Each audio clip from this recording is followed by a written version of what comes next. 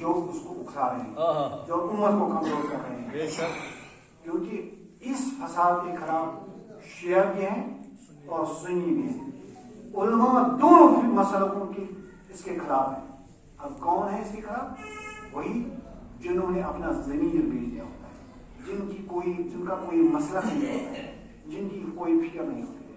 ایک تو یہ ہے کہ ہماری جو اس وقت تحریک ہے عالمی سطح پر، جس کی قیادت آیت اللہ سید خامنہ ای منزل کر رہے ہیں، اس کو دو طریقے سے کمزور کیا جا رہا ہے۔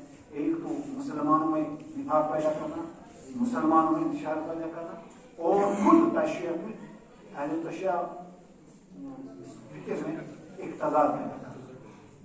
وہ مرجع بھی ہیں جن کو آپ کو پتہ ہے، مجھے کہنے کی ضرورت نہیں ہے، آیا ہے وہ کشمیر میں بھی پیسہ لے کر آ رہے ہیں، اور بدقسمتی سے اس کے کچھ لوگ شکار بھی ہو گئے ہیں۔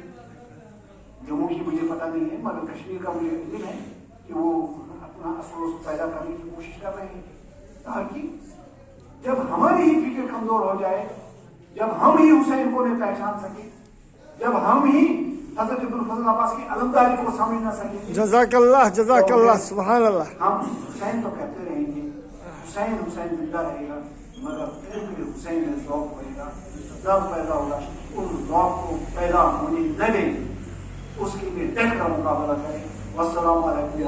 جزاک اللہ